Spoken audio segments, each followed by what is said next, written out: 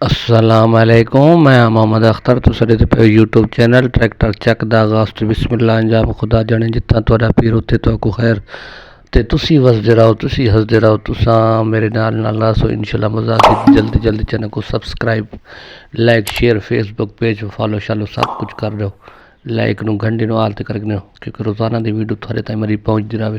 तो बाकी देखो ट्रैक्टर 2015 मॉडल 640 बिल्कुल सोना दा कप्तार बेहतरीन ट्रैक्टर, साफ सुथरा कंडीशन दे विच, अच्छी कंडीशन दे विच यह ट्रैक्टर फार सेल इंशाल्लाह। तो मुनासिब कीमत बिल्कुल कम कीमत भी घिन के आने वाले हैं, लेकिन ट्रैक्टर तसली ना देख सो, कंडीशन देख सो, साफ सुथरा देख सो। बाकी नंबर दे सो, नंबर पर रब्ता करके आवे सो इंशाल्लाह चीज़ मिल वैसी। ये चेक करो 2015 मॉडल 75 HP बिल्कुल साफ सुथरा शो देख सकते वे, कंडीशन देख सकते वे बहुत सोहनी शो दे विच। पिछले टायर चेक कर सकते वे, टायर भी चंगे की दिक्कत है। बैटरी बिल्कुल नवी जैसी है, बिल्कुल सलफ स्टार्ट, इंजन गियर सीधा पूरा सी, मैकेनिकल चंगो सी। ट्रैक्टर की कीमत ही दसा रही ना, तो लोकेशन ही दसा रही ना। बाकी ये चेक करो,